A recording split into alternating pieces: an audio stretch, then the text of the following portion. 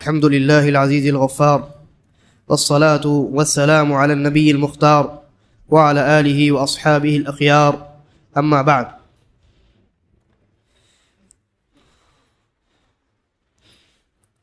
نماز تراویح یعنی قیام اللیل میں سورۃ الاعراف کی تلاوت کی گئی ہے. سورۃ الاعراف یہ قرآن مجید کی لمبی سورتوں میں سے ایک سورہ ہے، اور نبی اکرم صلی اللہ علیہ وسلم کبھی کبھی مغرب کی نماز میں 2 رکعتوں میں سورۃ الاعراف کی تلاوت کیا کرتے تھے. ابھی ہم نے کتنی رکعتیں پڑھی؟ 8 رکعت. 8 رکعت میں سورۃ الاعراف میں نے شروع کیا اور ختم کیا. پیر میں درد ہوا نا؟ اب اندازہ لگائیے، نبی اکرم صلی اللہ علیہ وسلم وہ بھی رمضان کے دن نہیں ہے، عام دنوں میں مغرب کی نماز کی 2 رکعتوں میں، ابتدائی 2 رکعتوں میں سورۃ الاعراف کی تلاوت کیا کرتے تھے. کبھی کبھی، ہمیشہ نہیں.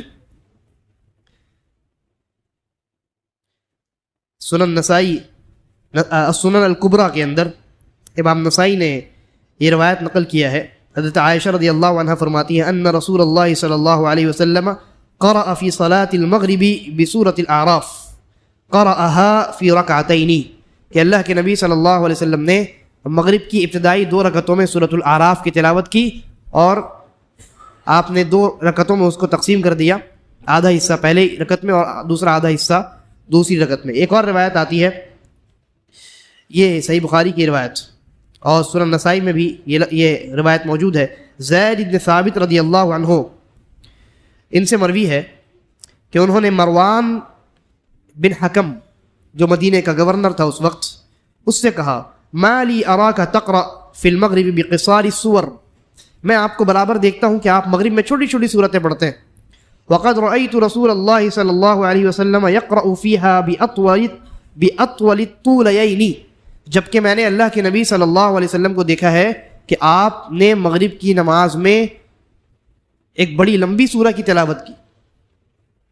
قال مروان نے کہا قلت یا ابا عبداللہ ما اطول الطوليين، کہ ابو عبداللہ زید بن ثابت کی کنیت ہے، یہ بتائیے کہ وہ لمبی سورت کون سی تھی؟ قال الاعراف، تو انہوں نے کہا کہ سورۃ الاعراف.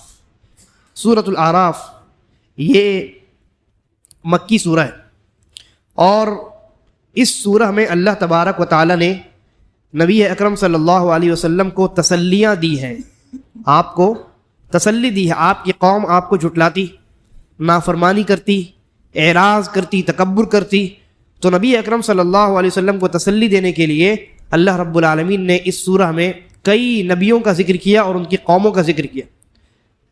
جیسے قوم نوح اور ان کے انجام کا ذکر ہے، قوم عاد اور ان کے انجام کا ذکر ہے، قوم ثمود اور ان کے انجام کا ذکر ہے، قوم شعیب اور ان کے انجام کا ذکر ہے، اور اسی طریقے پر قوم موسیٰ علیہ السلام کی قوم بنی اسرائیل کا تو اللہ رب العالمین نے پوری تفصیل کے ساتھ پورا واقعہ اللہ رب العالمین نے بیان فرمایا ہے.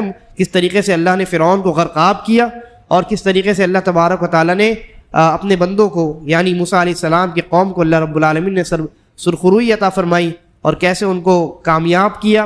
اور جب انہوں نے نافرمانی کی، جب انہوں نے توحید کو چھوڑا، جب وہ شرک میں مبتلا ہوئے، تو اللہ رب العالمین نے کیسی سخت سزائیں ان کو اللہ تبارک و تعالیٰ نے دی ہے اسی دنیا میں.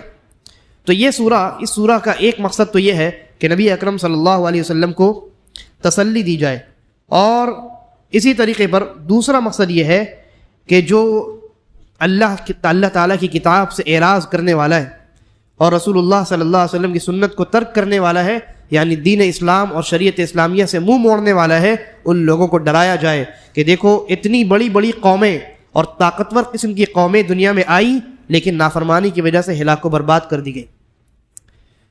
اس سورہ میں اللہ تبارک و تعالیٰ نے حضرت موسیٰ علیہ السلام کا جب ذکر کیا تو فرمایا، ایک جگہ فرمایا وَاخْتَارَ مُوسَىٰ قَوْمَهُ 70 رَجُلًا لِمِيقَاتِنَا، اللہ رب العالمین سے ملاقات کے لیے موسیٰ علیہ السلام نے اپنے قوم کے 70 لوگوں کو جمع کیا اور ان کو لے کر کے کوہ طور پر، طور جو پہاڑی ہے اس پر تشریف لے گئے. اب اس کا مقصد کیا تھا؟ اس سلسلے میں بہت سارے اقوال ہیں کیوں وہاں گئے. بعض علماء نے کہا کہ تورات لینے کے لیے گئے، بعض علماء نے کہا کہ دعا کرنے کے لیے گئے، بعض علماء نے کہا کہ انہوں نے جو بت پر جو یہ بچھڑے کو معبود بنا لیا تھا، گائے کی شکل کی ایک مورتی بنا لی تھی اور اس میں ایک طرف سے سوراخ تھا، ہوا آتی جاتی تھی تو آواز آتی تھی، تو کہتے تھے کہ اس کے اندر سے آواز آتی. تو اپنے اس جرم سے توبہ کرنے کے لیے اللہ تبارک و تعالیٰ کے پاس 70 یہ بڑے بڑے سردار قسم کے لوگ موسیٰ علیہ السلام کے پاس گئے. خیر کئی اقوال ہیں، خلاصہ یہ ہے کہ موسیٰ علیہ السلام کے ساتھ 70 لوگ بنی اسرائیل کے بڑے بڑے لوگ اللہ تعالیٰ سے ملاقات کے لیے کوہ طور پر تشریف لے گئے. وہاں اللہ تبارک و تعالیٰ نے جب وہ وہاں پہنچے، اللہ تعالیٰ نے سب کو مار دیا، جتنے تھے موسیٰ علیہ السلام کے علاوہ سارے کے سارے لوگوں کو موت آ گئی.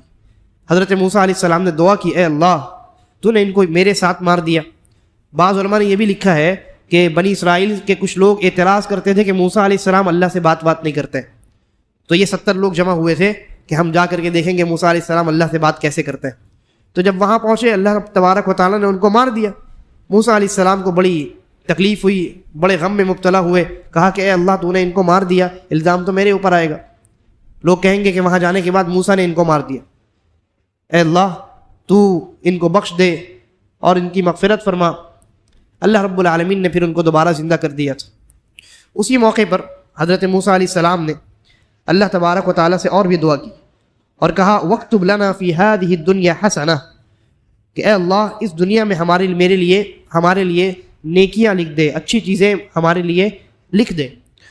وَفِي الْآخِرَةِ إِنَّا هُدْنَا إِلَيْكَ، اور آخرت میں تو ہم تیری ہی طرف آنے والے. اللہ رب العالمین نے جواب دیا قَالَ عَذَابِي أُصِيبُ بِهِ مَنْ أَشَاءُ، کہ جہاں تک میرے عذاب کا تعلق ہے تو میں جس کو چاہتا ہوں عذاب دیتا ہوں. وَرَحْمَتِي وَسِعَتْ كُلَّ شَيْءٍ، لیکن جہاں تک میری رحمت کا سوال ہے تو میری رحمت تو بہت وسیع ہے، میری رحمت ہر مخلوق کو حاصل ہوتی ہے، چاہے وہ میرا فرما بردار ہو یا میرا نافرمان. اس سلسلے میں نبی اکرم صلی اللہ علیہ وسلم کی بڑی پیاری حدیثیں ہیں. حضرت ابو ہریرہ رضی اللہ عنہ بیان فرماتے ہیں کہ رسول اللہ صلی اللہ علیہ وسلم نے ارشاد فرمایا ان للہ 100 رحمہ، اور ایک دوسری روایت میں ہے ان اللہ خلق یوم خلق السماوات والارض 100 رحمہ، کہ اللہ تعالیٰ نے جب سے زمین و آسمان کو پیدا کیا ہے تب سے اللہ کے رحمت کے 100 حصے، اللہ کے رحمت کے 100 حصے. کل رحمت طباق ما بین السماء والارض، ہر رحمت زمین اور آسمان میں جتنی جگہ ہے اتنی ہے، زمین و آسمان بھر کر اللہ کی ایک رحمت اتنی ہے. فرمایا فجعل منها فی الارض رحمتا، تو اللہ تعالیٰ نے اپنی 100 رحمتوں میں سے صرف ایک رحمت دنیا میں نازل کی. تعطف الوالدۃ علی ولدها، اسی ایک رحمت کی وجہ سے ماں اپنے بچے سے محبت کرتی. والوحش والطیر بعضها علی بعض، اور وحشی جانور چیر پھاڑ کر کھا جانے والے جانور آپس میں ایک دوسرے سے محبت کرتے ہیں، وہ آپس میں ایک دوسرے کو چیر پھاڑ کر اپنے اولاد کو اور اپنے ہی جیسے دوسرے جانوروں کو چیر پھاڑ کر نہیں کھاتے.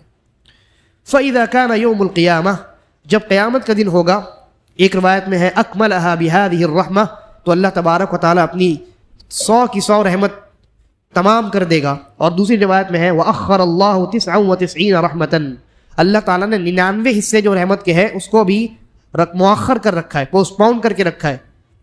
يَرْحَمُ بِهَا عِبَادَهُ يَوْمَ الْقِيَامَةِ، اس رحمت کے 99 جو حصے ہیں وہ کس کے لیے ہیں؟ وہ اللہ تعالیٰ کے خاص بندے کے لیے ہے قیامت کے دن. یعنی اللہ رب العالمین کے رحمت کے 100 حصوں میں سے ایک حصہ اس دنیا میں اللہ نے نازل کیا.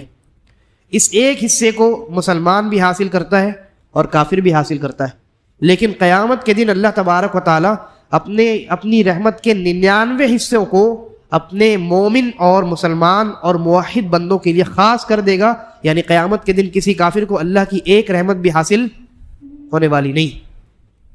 اس سے اندازہ لگائیے کہ اللہ رب العالمین کی رحمت کتنی وسیع ہے، کتنی وسیع.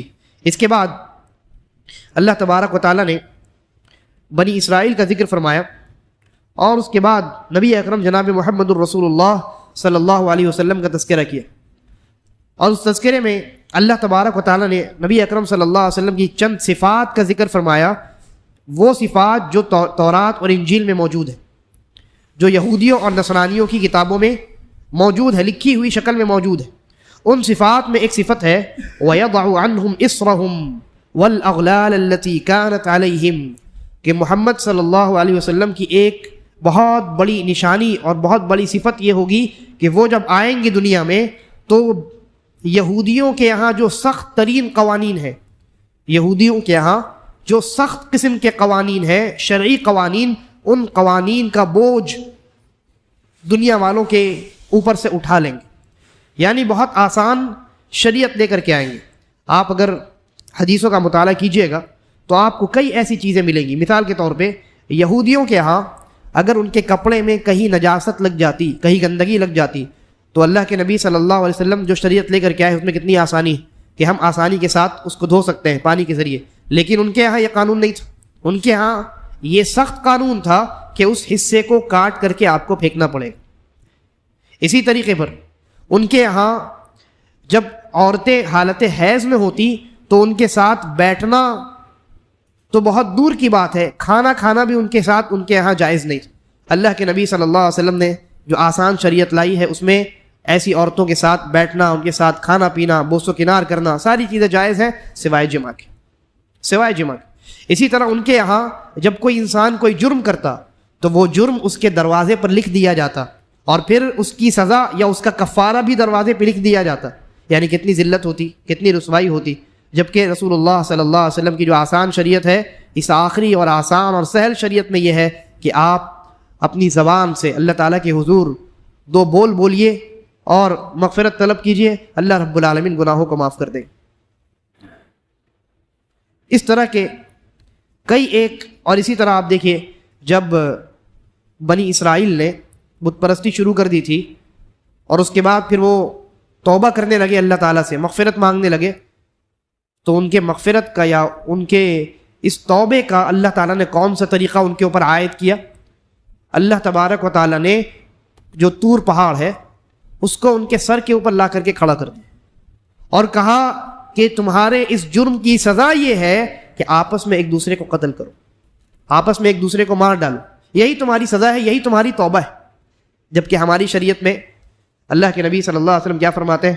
الاسلام یجب ما قبلہ، چاہے کوئی انسان کتنا بڑا ہی مشرک کیوں نہ ہو، کتنا بڑا ہی بت پرست کیوں نہ ہو، اگر اسلام قبول کرتا ہے، توحید قدم بھرتا ہے، رسول اللہ صلی اللہ علیہ وسلم پر ایمان لاتا ہے، اس کا اسلام لانا اس کے تمام پچھلے بڑے بڑے شرکیہ اور کفریہ عقائد اور اعمال کو، گناہوں کو مٹا دینے کے لیے کافی ہے۔ تو یہ نبی اکرم صلی اللہ علیہ وسلم کی اسی طرح یہ صفت ہے۔ اور ایک اور چیز دیکھیے، ان کے یہاں جب کوئی انسان کسی کو قتل کر دیتا، چاہے غلطی سے یا جان بوجھ کر، تو ان کے یہاں قصاص تھا، قصاص تھا، یعنی اگر ایک آدمی سے دوسرا آدمی قتل ہو گیا، چاہے غلطی سے ہی کیوں نہ ہو، دوسرے آدمی کو قصاصاً اس کو قتل کیا جائے، یہ ان کے یہاں قانون تھا۔ جبکہ اور ان کے یہاں دیت کا کوئی معاملہ نہیں تھا، ان کے یہاں آپ دیت دے کر کے یعنی جرمانہ دے کر کے آپ چھوٹ جائیں، اس کا کوئی آپشن نہیں تھا۔ اگر کسی سے غلطی سے بھی کسی سے قتل ہو گیا تو اب وہ آدمی جس نے قتل کیا ہے اس کو بھی قتل کیا جائے گا قصاص کے طور پر۔ لیکن ہماری شریعت میں اللہ تبارک و تعالیٰ نے قصاص کو باقی رکھا ہے، البتہ دیت کا بھی آپشن دیا ہے کہ اگر وہ جو مقتول ہے، جس کا مرڈر ہوا ہے، جس کا قتل ہوا ہے، اس کے گھر والے اگر چاہے تو معاف کر دیں، اور معاف کریں تو دیت لے لیں، جرمانہ لے لیں، بھرپائی کر لیں۔ اور دیت جو ہے وہ اللہ تعالیٰ نے خود مقرر کیا ہے، نبی اکرم صلی اللہ علیہ وسلم نے حدیثوں کے اندر اس کی تفصیلات بیان فرمائی۔ لہذا نبی اکرم صلی اللہ علیہ وسلم کی ایک بڑی علامت اور بہت بڑی صفت تورات اور انجیل کے اندر لکھی ہوئی موجود ہے کہ تمہاری شریعت میں، تمہارے یہاں جو سخت ترین قوانین ہے، جو تمہارے اوپر بوجھ ہے، آخری رسول جو آئے گا وہ ان بڑی بڑی قوانین کو، ان سخت ترین بوجھوں کو تمہارے پیٹھ سے اٹھا کر کے ختم کر دے گا اور تمہیں ایک بہت آسان اور سہل شریعت کا پابند کرے گا۔ اس لیے اب اس آخری شریعت کے بعد کوئی انسان شریعت کے کسی بھی حکم کے متعلق یہ نہیں کہہ سکتا کہ یہ حکم ہمارے لیے مشکل، یہ حکم ہمارے لیے مشقت کا باعث۔ اللہ تبارک و تعالیٰ نے یہ شریعت بہت آسان بنائی، جتنے احکامات ہیں وہ سب کے سب آسان ہیں، اور ان آسان احکامات اور ان آسان اعمال میں بھی اگر کبھی کسی انسان کو تکلیف محسوس ہو، مشقت کا سامنا ہو، کوئی انسان کوئی عبادت نہ کر سکے، تو اللہ تعالیٰ نے ایک ایسی شریعت ہمارے درمیان اتاری ہے کہ جس میں اس انسان کے لیے رخصت دے دی جاتی، بلکہ شریعت کا یہ قانون ہے، المشقت تجلب التیسیر، جہاں مشقت آئی، مشقت اپنے ساتھ آسانی لے کر کے آتی۔ اگر آپ کھڑے ہو کر کے نماز نہیں پڑھ سکتے، بیٹھ کر کے پڑھ لیجئے، بیٹھ کر کے نہیں پڑھ سکتے ہیں، لیٹ کر کے پڑھ لیجئے، لیٹ کر بھی نہیں پڑھ سکتے ہیں، آپ کے جسم کا کوئی حصہ حرکت نہیں کرتا ہے، سوچ کر کے نماز پڑھ لیجئے۔ سفر میں آپ نکلے، 2 نمازوں کو آپ کے لیے الگ الگ پڑھنا ممکن نہیں ہے، جمع کر کے پڑھ لیجئے، اور 4 رکعت کی نمازوں کو 2 رکعت کر کے پڑھ لیجئے۔ سنت موقدہ جو ہیں ان سنت موقدات کو چھوڑ دیجئے۔ کتنی آسانیاں اللہ تبارک و تعالیٰ نے رکھی۔ یہ رمضان کا مہینہ چل رہا ہے، روزے کے تعلق سے آپ سفر میں ہیں، سفر میں دشواری ہے، آپ کو چلنا پڑے گا، اپنا سامان اٹھانا پڑے گا، ذرا مشقت پیش آئے گی، روزے کو چھوڑ دیجئے، بعد میں رکھ لیجئے۔ حیض اور نفاس میں خواتین ہیں، روزے کو چھوڑ دیں، بعد میں رکھ لیں۔ بڑے عمر کے لوگ ہیں یا ہمیشہ بیمار رہنے والے لوگ ہیں، روزے کو چھوڑ دیں اور اس کے بدلے ہر روزے کے بدلے ایک مسکین کو کھانا کھلا دیا کر۔ کتنی آسان شریعت۔ لہذا اس آسان شریعت پر بھی جو انسان عمل نہ کرے وہ انسان حقیقی معنی میں بدبخت ہے۔